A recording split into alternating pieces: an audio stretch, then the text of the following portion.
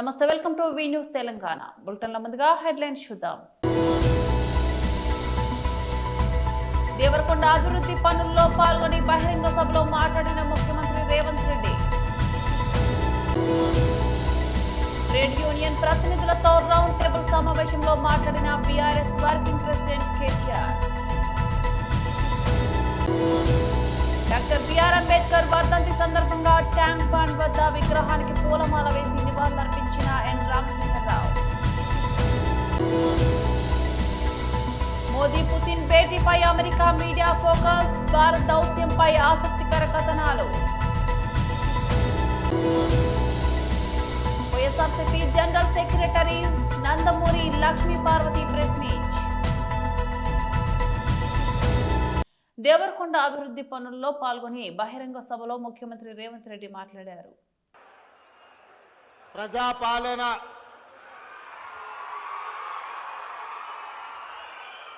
రెండు సంవత్సరాలు పూర్తి చేసుకుంటున్న సందర్భంలో మీ అభిమాన నాయకుడు, నాకు వ్యక్తిగతంగా మంచి మిత్రుడు, దేవరకొండ శాసనసభ్యులు బాలు నాయక్ గారి అధ్యక్షతన విజయోత్సవ సభను ఏర్పాటు చేసి వేలాది మంది దేవరకొండ బిడ్డలు ఇక్కడికి విచ్చేసి మీ గుండెల నిండా అభిమానం ఉన్నది, ఈ అభిమానం ఎల్లకాలం శాశ్వతంగా మీరు అండగా నిలబడతామని మద్దతు తెలియజేసినందుకు మనస్ఫూర్తిగా మీ అందరికీ అభినందనలు, కృతజ్ఞతలు తెలియజేస్తున్నా.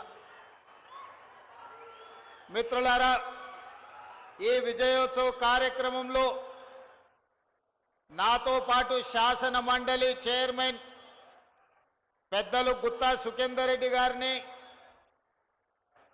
సాగునీటి పారుదల శాఖ మరియు సివిల్ సప్లైస్ మినిస్టర్, మీ అభిమాన నాయకులు పెద్దలు ఉత్తమ్ కుమార్ రెడ్డి గారిని, అదేవిధంగా దేవరకొండ నియోజకవర్గ ప్రజలకు ఎప్పుడు ఏ అవసరం వచ్చినా కూత వేస్తే పలికే మంత్రివర్గ సభ్యులు సోదరులు కోమటిరెడ్డి వెంకటరెడ్డి గారిని, అదేవిధంగా సహచర కమ్యూనిస్టు సోదరులు, శాసన మండలి సభ్యులు నెల్లికుంట సత్యం గారిని, అదేవిధంగా మిర్యాలగూడ శాసన సభ్యులు బత్తుల లక్ష్మారెడ్డి గారిని, నాగార్జున సాగర్ శాసన సభ్యులు యువమిత్రులు కుందూరు జైవీర్ రెడ్డి గారిని, అదేవిధంగా తుంగతుర్తి శాసన సభ్యులు మిత్రులు మందుల సామిల్ గారిని, అదేవిధంగా మీకు ఆనుకొని ఉన్న ఈ పక్కనే ఉండే నా సొంత శాసనసభ నియోజకవర్గమైన అచ్చంపేట శాసన సభ్యులు డాక్టర్ వంశీకృష్ణ గారిని, దేవరకద్ర శాసన సభ్యులు మిత్రుడు మధుసూదన్ రెడ్డి గారిని, వివిధ కార్పొరేషన్లకు సంబంధించిన చైర్మన్లను, మాజీ శాసన సభ్యులను, ప్రభుత్వ అధికారులను, ప్రాణ సమానులైన కాంగ్రెస్ పార్టీ కార్యకర్తలు వేలాదిగా తరలి వచ్చి దేవరకొండ గడ్డ కాంగ్రెస్ పార్టీకి అడ్డా అని నిరూపించినందుకు మీ అందరినీ మనస్ఫూర్తిగా అభినందిస్తున్నా. ట్రేడ్ యూనియన్ ప్రతినిధులతో రౌండ్ టేబుల్ సమావేశంలో బీఆర్ఎస్ వర్కింగ్ ప్రెసిడెంట్ కేటీఆర్ మాట్లాడారు. ఈ మధ్యకాలంలో నాకు తెలిసినంత వరకు అసెంబ్లీ సమావేశాల్లో కానీ పార్లమెంట్ సమావేశాల్లో కానీ ఈ మాట అంటే మళ్ళీ ఇవ్వడం తిడతాడు నాకు తెలుసు, అయినా సరే ఎందుకంటే ఇంత సాకల్యంగా ఒక ముఖ్యమైన అంశం మీద, కోట్లాది మంది కార్మికులకు సంబంధించిన అంశం మీద ఇంత సాకల్యంగా చర్చ బహుశా పార్లమెంట్లో అసెంబ్లీలో కూడా జరగలేదు. కాబట్టి చర్చలో పాల్గొని అర్థవంతమైన చాలా ఆలోచనను రేకెత్తించే విధంగా మరి సూచనలు, సలహాలు, అదేవిధంగా భవిష్యత్తుకు దిశానిర్దేశం చేసిన మిత్రులందరికీ ముందుగా ధన్యవాదాలు. ఇవాళ మహానుభావుడు భారతరత్న డాక్టర్ బాబాసాహెబ్ అంబేద్కర్ గారి వర్ధంతి. వారు చెప్పిన ఒక గొప్ప మాట, బోధించు, సమీకరించు, పోరాడు. అంబేద్కర్ తత్వమే క్లుప్తంగా చెప్పాలి అంటే బోధించాలి, సమీకరించాలి, పోరాడాలి. అంటే ఎప్పుడైనా అన్యాయం జరుగుతున్నప్పుడు ఎలుగెత్తాలి, ప్రజలకి, ముఖ్యంగా సహచరులకి, మిత్రులకి మనం ఆ రోజున్న సమస్య యొక్క తీవ్రత ఎప్పటికప్పుడు ప్రజల్ని సమీకరిస్తూ వారికి విషయంలో ఉన్న లోతును బోధిస్తూ సందర్భానుసారంగా పోరాడాలి అని ఆ మహానుభావుడు అంబేద్కర్ గారు ఏదైతే చెప్పారో దానికి అనుగుణంగానే మనం తెలంగాణ ఉద్యమాన్ని కేసీఆర్ గారి నాయకత్వంలో పోరాటాన్ని కూడా నడుపుకున్నాం. వారు రాసిన రాజ్యాంగం ఆలంబనగానే ఇవాళ ఆర్టికల్ 3 ఆధారంగానే మనం రాష్ట్రాన్ని కూడా సాధించుకున్నాం. కాబట్టి ఆ మహనీయుడికి ముందుగా నివాళులు అర్పిస్తూ మనందరి తరపున సంస్కరణల పేరిట ప్రభుత్వాలు తెచ్చే చట్టాలు, ఇవాళ శ్రమశక్తి ఈ లేబర్ కోడ్స్ ఏదైతే ఉన్నదో సంస్కరణల పేరిట, ఎందుకంటే రిఫార్మ్స్ అవసరం అని చెప్తూ ఉంటారు పెద్దలు, మంత్రులు కానీ ప్రభుత్వంలో ఉన్న పెద్దలు కానీ, రిఫార్మ్ జరగాలి. ఇంకా కొంతమంది ఒక అడుగు ముందుకేసి చెప్తారు, పర్ఫామ్ చేయాలంటే రిఫార్మ్ ఉండాలి, లేకపోతే పెరిష్ అయిపోతాం, అంటే మిగిలిన మాయమైపోతామని చెప్తూ ఉంటారు. రిఫార్మ్ అవసరమే, సంస్కరణ అవసరమే, కానీ సంస్కరణకు తప్పకుండా ప్రజాస్వామ్యాన్ని బలోపేతం చేసే దిశగా సంస్కరణ జరగాలి, దేశాన్ని బలోపేతం చేసే దిశగా సంస్కరణ జరగాలి తప్ప దేశాన్ని, ముఖ్యంగా దేశంలో ఉండే అన్ని వర్గాలని కలుపుకొని పోయే దిశగా సంస్కరణ ఉండాలి తప్ప కొన్ని వర్గాలను తొక్కేసే విధంగా, కొన్ని వర్గాలను పక్కన పెట్టే విధంగా సంస్కరణ జరిగితే అది సంస్కరణ కాదు, దానివల్ల అల్టిమేట్గా వచ్చేది చెడు తప్ప మంచి జరగదు. ఈ మాట ఎందుకంటా ఉన్నా అంటే మన దేశం నిజంగా కూడా ఒక వైవిధ్యభరితమైన దేశం. ఒకవైపు ప్రపంచంలోనే అతిపెద్ద కుబేరుడు మన దేశం వాడే, ప్రపంచంలోనే అతిపెద్ద కుబేరుడు మన దేశం వాడే. అట్లాగే ప్రపంచంలో ఉన్న అత్యంత పేదరికం ఎక్కడుంది ప్రపంచంలో అంటే కోవిడ్ తర్వాత ఒక లెక్క తీస్తే ఆఫ్రికాలో లేదు. అత్యధిక పేదలున్న దేశం ఏది అంటే మన భారతదేశం. అంటే ప్రపంచ కుబేరుడు మన దగ్గరనే ఉన్నాడు, ప్రపంచంలో పేదరికం అత్యధికంగా ఎక్కడుందంటే మన దేశంలోనే ఉంది. ఇది వాస్తవం. అంటే అందుకే నేను అన్నది వైవిధ్యభరితం అని. ఇంకొక అడుగు ముందుకే చెప్పాలంటే మనది ఇది వైవిధ్యభరితం కాదు, ఇది వైవిధ్య భారతం. అట్లాంటి భారతదేశం మనది. అట్లాంటి ఈ దేశంలో మరి సింహభాగం ప్రజలు, అధిక శాతం ప్రజలు పేదరికానికి దిగువ ఉన్నారని ప్రభుత్వాలే చెప్తున్నాయి. ఇప్పుడు ఉదాహరణకు తెలంగాణ తీసుకోండి.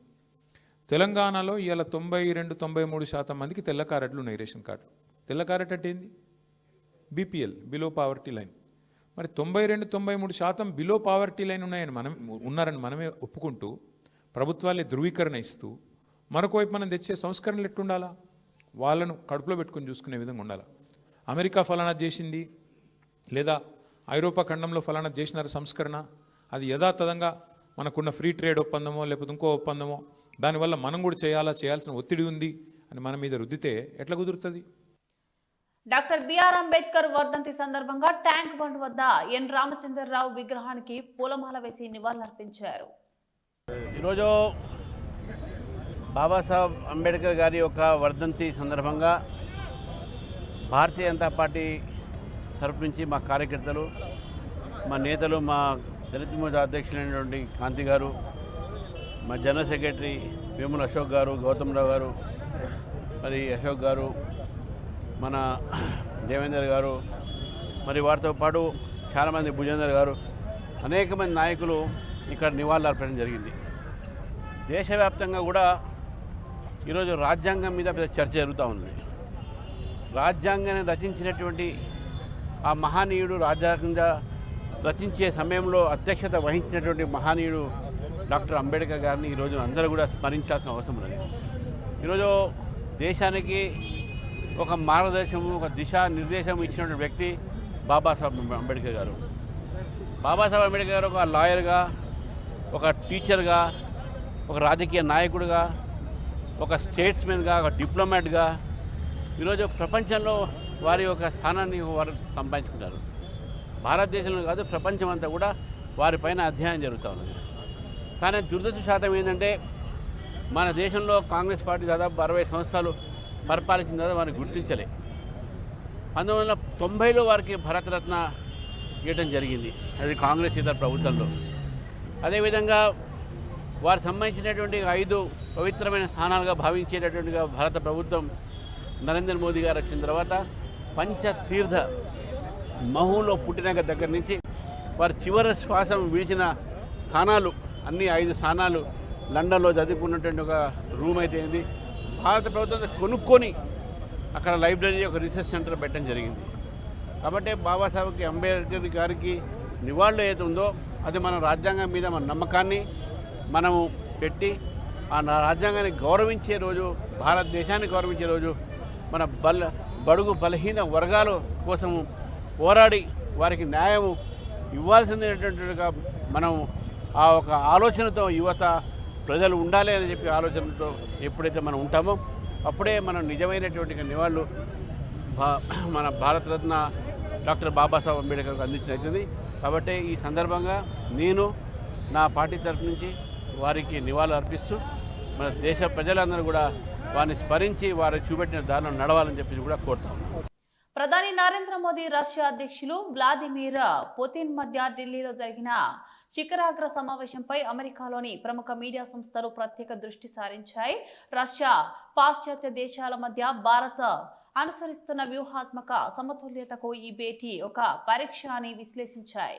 ఇంధనం, రక్షణ సంబంధాలు, వాషింగ్టన్ నుంచి వస్తున్న ఒత్తిళ్ల నడుమ ఇరు నేతల మధ్య ఉన్న వ్యక్తిగత బంధం ఈ పర్యటనను ఎలా ప్రభావితం చేసిందో తమ కథనాల్లో వివరించాయి.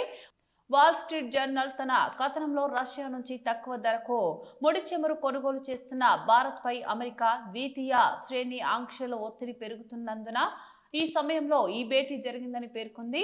ఇంధన భాగస్వామ్యంపై ఒత్తిడి ఉన్నప్పటికీ రష్యా నిరంతరాయంగా ఇంధనాన్ని సరఫరా చేయడానికి సిద్ధంగా ఉందని పుతిన్ హామీ ఇచ్చారని, ఇంధన భద్రత ఇరు దేశాల మధ్య బలమైన అంశమంటూ మోదీ అభివర్ణించారని తెలిపింది. వాషింగ్టన్ పోస్ట్ ప్రకారం ఈ సమావేశం భారత్ విదేశాంగ విధానంలో ఒక కీలక ఘట్టం. ఉక్రెయిన్ శాంతి చర్చల కోసం వాషింగ్టన్ ఒత్తిడి తెస్తున్నప్పటికీ మాస్కోతో పాత సంబంధాలను కొనసాగించడానికి భారత్ చేస్తున్న ప్రయత్నాలకు ఇది నిదర్శనమని, పుతిన్ కు మోదీ ఆత్మీయ ఆలింగనంతో స్వాగతం పలకడాన్ని 2030 నాటికి ద్వైపాక్షిక వాణిజ్యాన్ని $100 బిలియన్ పెంచాలన్న లక్ష్యాన్ని ఈ కథనం హైలైట్ చేసింది. YSRCP general secretary Nandamuri Lakshmi Parvathi press meet నిర్వహించారు. నవరత్నాలన్నీ కూడా అమలు చేస్తూ ఏ ఒక్క రోజైనా ఈ భేద పలుకు పలికారా? లేకపోతే మరి మీకు నేనేమి చెయ్యలేను, చాలా నిస్సహాయంగా ఉన్నాను అనే మాట ఆయన నోటి నుంచి ఎప్పుడైనా వచ్చిందా? అందువల్ల ముఖ్యమంత్రి అంటే అట్లా ఉండాలా? ఇదే ముఖ్యమంత్రి, ఇదేం పరిపాలన? పోనీ చేసావు, 2.5 లక్షల అప్పులు తీసుకొచ్చి, కోట్ల అప్పులు తీసుకొచ్చి ఇచ్చినటువంటి పథకాల హామీలు ఏమన్నా ఒక్కటన్నా నెరవేర్చగలిగారా అంటే అది లేదు. తండ్రి కొడుకులు మాత్రం బయలుదేరుతున్నారు. ఏది? ఈవెంట్ షోలకి. ఈవెంట్స్ ఎంత బ్రహ్మాండంగా చేస్తున్నారంటే, ఎందుకంటే చేతిలో డబ్బులు లేవు, దానికి 60,000 కోట్ల రూపాయలకి అసలు లెక్కలు కూడా చూపలేదని కేంద్ర ప్రభుత్వం అడిగింది. దానికి ఇంతవరకు సమాధానం లేదు. అవి దారి మళ్లిపోయినాయి. గతంలో కూడా 14 నుంచి 19 వరకు ఇతని పరిపాలనా కాలంలో కూడా 1,50,000 కోట్లు బ్యాంకులో లెక్కలు చూపకుండానే మాయమైపోయినాయి. మరి వాటి మీద ఎందుకనే నియంత్రణ లేదో కేంద్ర ప్రభుత్వం మరి అర్థం కాదు. ఈ విధంగా ప్రజల సొమ్మును కాజేయటమే వీళ్ళకు ఒక లక్ష్యం తప్ప పరిపాలించాలి అనేది ఎక్కడ ఏ కోశానా లేదు. ప్రజలంటే వాళ్ళకి చాలా చులకన, చిన్న చూపు. ఎంతసేపు అధికారం ఎందుకంటే డబ్బు సంపాదించుకోవాలా, ఆ డబ్బు ఖర్చు పెట్టి అందరినీ మేనేజ్ చేసుకోవాలి, వ్యవస్థలన్నిటినీ కూడా మేనేజ్ చేసుకోవాలి. అప్పుడప్పుడు ప్రజల ముందుకెళ్ళి ఒక షో చేస్తూ ఉండాలి. ఇప్పుడు కూడా అలాంటిదే నిన్న చూసాం మేము. ఇక్కడ పార్వతీపురం మన్యం జిల్లాలో మరి భామిని స్కూల్లో చాలా ఈవెంట్ జరిగింది. అక్కడ పెద్ద ఈవెంట్. ఎందుకంటే ఇది వైఎస్ రాజశేఖర రెడ్డి గారు కట్టించిన స్కూల్. ఇది చూడండి, ఇది వైఎస్ రాజశేఖర రెడ్డి గారు ఈ స్కూల్ కట్టించారు.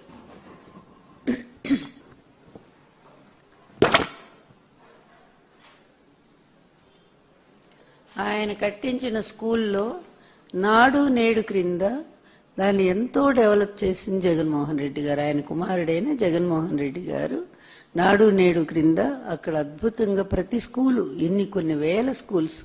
అందుకని ఆయన టైంలో అసలు ఎక్కడ నో వేకెన్సీ, ఏ స్కూల్లో కూడా అడ్మిషన్ దొరకలేదు. అప్పుడు పెద్ద పెద్ద వాళ్ళ ఐఏఎస్లు, ఐపీఎస్లు కూడా వాళ్ళ పిల్లల్ని మరి గవర్నమెంట్ స్కూల్స్లో చేర్పించడానికి ప్రయత్నం చేస్తే స్కూల్ ఇక్కడ విజయవాడలో చూశాను నేను, ఎక్కడికి వెళ్ళినా కూడా లేవు, ఖాళీలు లేవనే బోర్డే కనపడింది.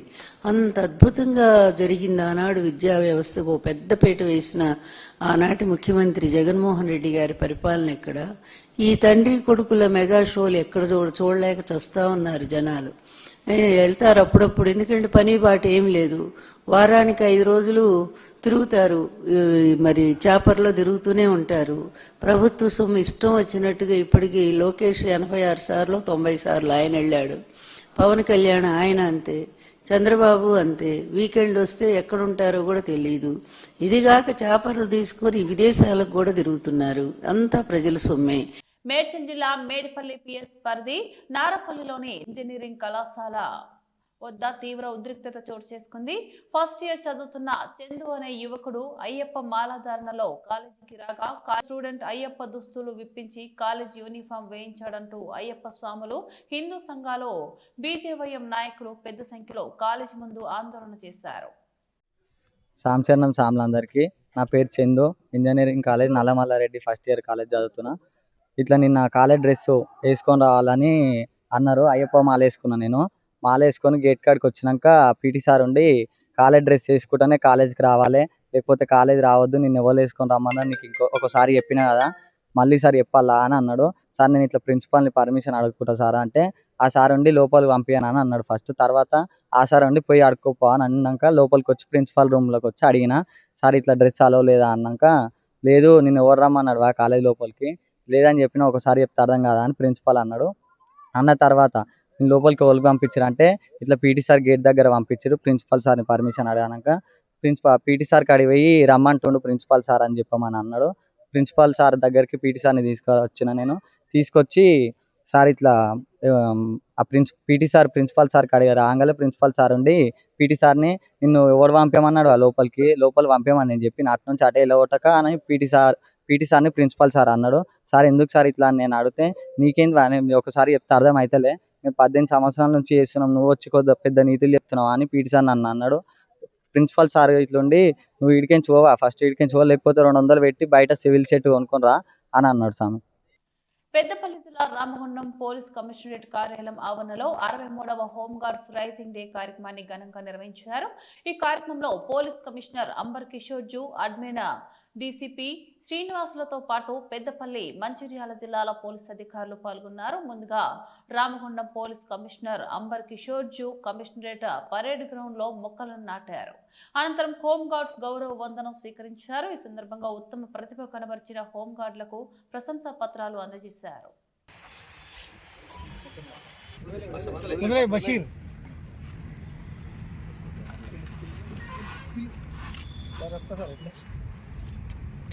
सर सर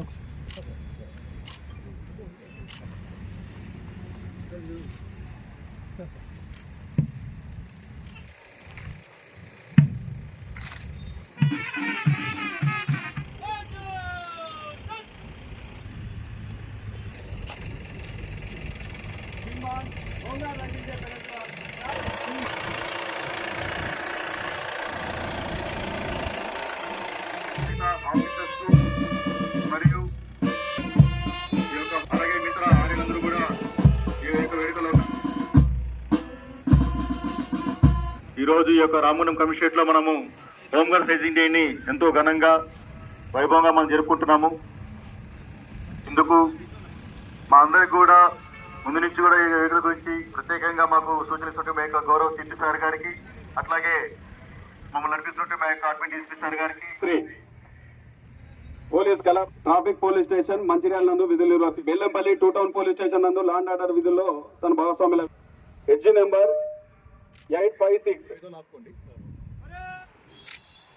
ఎన్ నర్సయ్య. మన ఆర్ఐ హోంగార్డ్ గారికి, అందరు కమాండర్స్, ప్లాటూన్ కమాండర్ కి, మెన్ కి, మీ డిసిప్లిన్, మీ ఫిట్నెస్ ఇప్పుడు చూస్తే no one can differentiate regular force, even best of the best force అట్లా మీరు పర్ఫార్మ్ చేశారా. మీ ఫిట్నెస్ కమెండబుల్ ఉంది. నాకు చాలా సంతోషం. యూనిట్ హెడ్గా మీ పర్ఫార్మెన్స్ చూసి నేను హ్యాపీగా ఫీల్ చేస్తున్నాము. ఇదే విధంగా మనము నెక్స్ట్ ఇయర్ కూడా చేయాలి. ఒక సంవత్సరం సేవ, నెక్స్ట్ ఇయర్ కూడా ఇదే విధంగా సేవ చేయాలి. ఆ భావనతో ఈరోజు ఈ ప్రోగ్రాం మనము కండక్ట్ చేస్తున్నాము. మీ అందరు ఆఫీసర్స్కి కూడా ఒక మాట నేను చెప్తున్నాము. నేను ఎప్పుడు కూడా యూనిట్లో విభేదాలు చేయలేము. అందరికీ హోంగార్డ్ ఉంటే, మెన్ ఉంటే, ఏ డివిజన్లో పని చేస్తున్నా ఉంటే అందరికీ సమానంగా చూసుకోవడానికి నా రిక్వెస్ట్ అందరు ఆఫీసర్స్తో కూడా ఉంది. ఎందుకు హోంగార్డ్ నేను చూస్తున్నాము ఎక్స్ట్రీమిజం టైం నుంచి వాళ్ళు చేసిన త్యాగం, తపం, బలిదానం ఎవరితో తక్కువ లేదు. ఆఫీసర్స్తో, మెన్తో ఎక్కడ కూడా మీరు కంపారిజన్ చేస్తే వాళ్ళు పోటీపడి బరాబర్గా కొన్నిసార్లుగా మన ముందు వెళ్ళి పని చేసేవాళ్ళు. So I thank all of you. మీ ఆర్గనైజేషన్కి నేను థ్యాంక్స్ చెప్తున్నాము. మీతో ముందు ఉన్న మీ సీనియర్స్కి ఎవరు రిటైర్డ్ అయిపోయారు వాళ్ళకి కూడా ఈ అవసరంలో లాస్ట్ సంవత్సరం రిటైర్డ్ అయిన హోంగార్డ్ ఆఫీసర్స్కి కూడా నేను థ్యాంక్స్ చెప్తున్నాము. And I wish you all the best. Thank you. Bulletin ముగించే ముందు మరోసారి హెడ్లైన్స్ చూద్దాం. దేవరకొండ అభివృద్ధి పనుల్లో పాల్గొని బహిరంగ సభలో మాట్లాడిన ముఖ్యమంత్రి రేవంత్ రెడ్డి. ట్రేడ్ యూనియన్ ప్రతినిధులతో రౌండ్ టేబుల్ సమావేశంలో మాట్లాడిన BRS working president KTR. Doctor BR Ambedkar వర్ధంతి సందర్భంగా ట్యాంక్ బండ్ వద్ద విగ్రహానికి పూలమాల వేసి నివాళులర్పించిన ఎన్ రామచంద్రరావు. మోదీ పుతిన్ భేటీపై అమెరికా మీడియా ఫోకస్, భారత్ దౌత్యంపై ఆసక్తికర కథనాలు. YSRCP general secretary Nandamuri Lakshmi Parvathi press meet. ఇవి బులెటిన్ అప్డేట్స్. మరో బులెటిన్లో మళ్ళీ కలుద్దాం. అంతవరకు సెలవు. నమస్తే.